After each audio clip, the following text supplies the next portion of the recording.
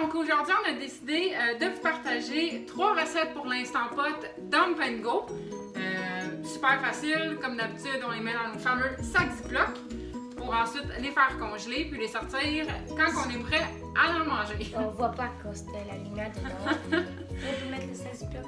On commence, première recette. Donc notre première recette c'est un poulet miel et sésame. Donc pour commencer on va mettre 3 poitrines de poulet dans notre sac Ziploc.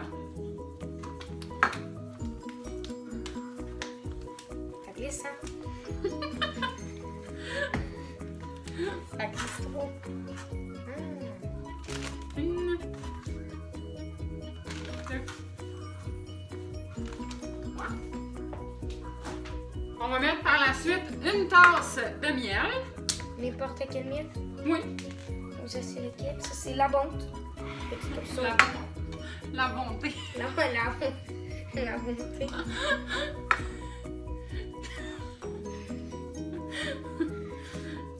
On ajoute aussi une demi-tasse de sauce soya. Pendant que Thomas se bat avec le miel. La bonte.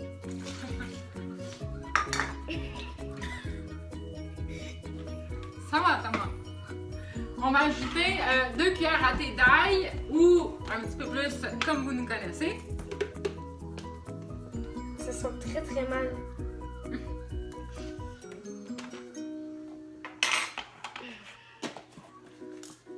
Un oignon jaune que j'ai haché finement. T'as quand même réussi à mettre 3 trucs. Moi, j'ai toujours pas fini. Est-ce que tu veux que je continue ou... Hein? C'est beau, là. Oui, c'est correct. Un petit peu plus de cuillère pour Excusez-moi, ça a été très long. sel et poivre.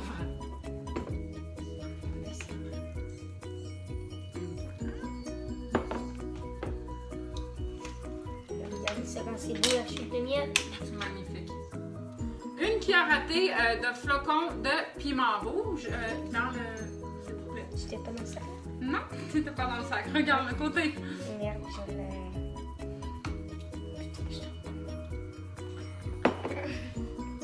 Wow. Une cuillère à soupe d'huile de sésame. C'est bon, Tia? Pourquoi de l'huile de sésame? Ça fait de sésame extrêmement fort. Et une cuillère à soupe d'huile d'olive. Veux-tu faire là, une demi-tasse de... Ben, une demi-tasse de ketchup. Ça va prendre ce qui reste. Toute la boîte? Ouais. Pendant que j'ai fui ton dégât. Excusez-moi, madame.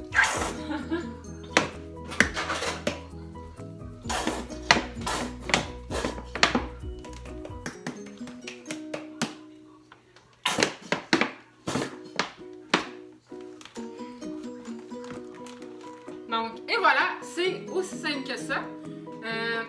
Vous pouvez fermer votre sac rempli de miel partout. Enlever l'air, le faire congeler. À la cuisson, vous ajoutez une demi-tasse de bouillon de poulet. Puis lorsque c'est cuit, quand vous le mettez dans l'assiette, vous pouvez aussi ajouter des petites graines de sésame dessus. Super bon. Puis une petite sauce. Ben, cette petite sauce-là, ouais, dessus. Ouais. Donc voilà, première recette de faite, on passe à la deuxième. Donc deuxième recette, boulettes suédoises. Comme je dis souvent, vous pouvez faire vos propres boulettes, mais moi j'adore la manière rapide. Et ces boulettes-là que j'achète au Walmart, des boulettes de bœuf Angus. Il y a 60 petites boulettes dedans, là. Il y en a vraiment beaucoup, puis ils sont super bonnes. Donc, Trop cher. non, c'est je pense 12 $ pour 60 petites boulettes. C'est pas cher. Donc, un sac de petites boulettes au complet. Dans le sac Ziploc. Ils sont réussis. 2 tasses de bouillon de bœuf. C'est ça, c'est ça. Ouais. Oh, excuse-moi.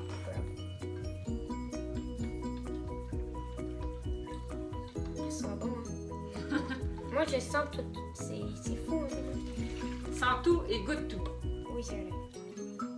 Sauf les trucs ne sont pas comestibles. Donc, 2 tasses de bouillon. Ensuite, on va mettre une canne de crème de champignons, la petite canne de 284 ml. Je t'ai mis ça si t'en as besoin.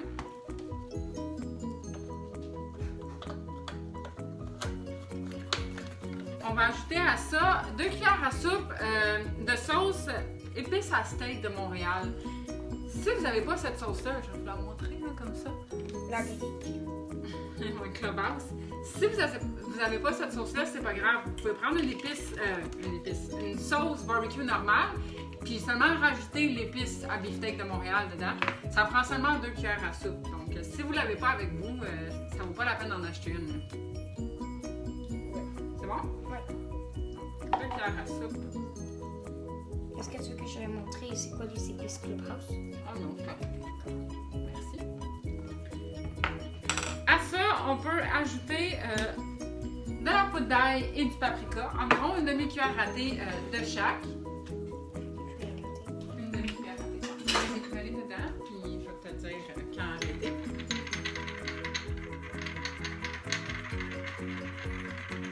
Parfait. La même chose de l'autre.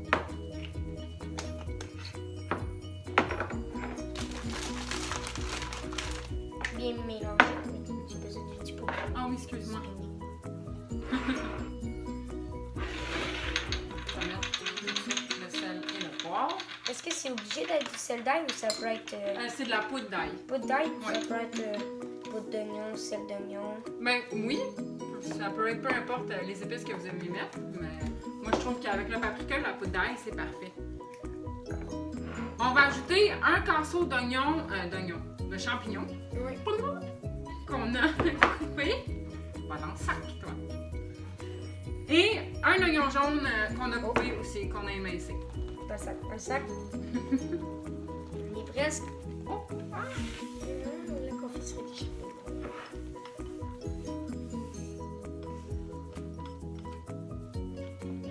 On malasse. Et un oignon. Après ça, c'est complet. Donc, vu que les boulettes sont déjà pré-cuites, ça va cuire dans l'instant pot pour seulement 7 minutes. À la cuisson, moi, j'aime mieux ajouter une demi-tasse d'eau, juste pour être sûr. Donc, ça cuit seulement 7 minutes à l'instant pot. Lorsque c'est cuit, vous ouvrez votre instant pot, vous enlevez le couvercle, vous ajoutez une tasse de crème sûre. Il ne faut vraiment pas ajouter la crème sûre avant parce que sinon ça va cailler à la cuisson, ce qu'on veut pas. Ouais, Et ça vous fait vraiment la texture des boulettes suédoises, crémeuses, vraiment délicieuses. Au congélateur, 2 recettes de fête, il en reste une. Troisième et dernière recette, rôti de porc sucré. Super facile à faire, seulement 3-4 ingrédients. Donc, pour commencer, on a mis un rôti de porc d'environ 1 livre dans notre sac Ziploc. À ça, on va ajouter une tasse de cassonade. N'oublie pas d'enlever les cordes sur tes rôti de porc. Ah oui, bonne. C'est bon. Oui, n'oubliez pas d'enlever les cordes sur votre rôti. Donc, après la tasse de cassonade, On va gratter le fond. on va mettre une tasse de sauce à tacos. Donc, c'est pas de la salsa, c'est vraiment comme la Odel Paso. C'est vraiment une sauce qui est plus liquide. Elle n'a pas les gros morceaux comme dans une salsa. Ouais, tu peux expliquer qu'est-ce qu'on a fait pour les personnes qui se sont trompées? Ben, c'est ça. Donc, moi, je pensais que mes sachets étaient des sachets de sauce à tacos, mais finalement, c'était des sachets de sauce à pizza. Donc, ce que j'ai fait, c'est que j'ai pris la sauce à pizza, puis j'ai ajouté des épices à tacos, puis un petit peu de poudre d'ail, poudre d'oignon. C'était parfait. Donc, à ça, on ajoute poivre, et j'ai ajouté du sel aussi. Et on va ajouter 2 tasses de coke. Oui, de coke. C'est pour ça que c'est un rôti de porc sucré. 2 fois ça? Oui, je le fais. Ouais. Si on voit les gaffes que j'ai faites dans les premières recettes.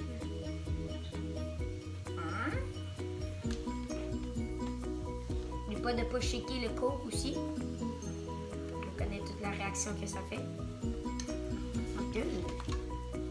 Et voilà, c'est aussi simple que ça. Donc, il y a beaucoup de liquide. Faites attention quand vous allez le fermer. Puis, vu que c'est... Moi, mon rôti est environ d'1 livre. Donc, je vous conseillerais environ de 60 à 90 minutes dans l'instant pot. Puis pas de quick release. Laissez la pression se relâcher naturellement. Puis vous pouvez l'effilocher, le manger en burger, juste à manger en rôti comme ça. Avec toute la viande, il ne faut pas qu'on fasse le quick release. Parce que sinon, ça fait pas croustillant, le caoutchouteux. Oui, ça fait qu'il est plus dur, en effet. Ça fait qu'il est plus stiff. Désolé l'anglicisme. Mais c'est ça. Donc, peu importe, c'est ça. Quand vous faites cuire une viande, c'est mieux de tout le temps laisser la pression se relâcher naturellement. Ça aussi, c'est très bon en quesadillas. Donc, entre 2 tortillas, vous mettez le porc effiloché, fromage, délicieux. Donc, et voilà, c'était tout pour nos recettes d'aujourd'hui. N'hésitez pas à liker, il est façon, mais liker, abonner. Good job, Thomas. Puis, ben, on se revoit bientôt. Bon appétit! Bon appétit à tous!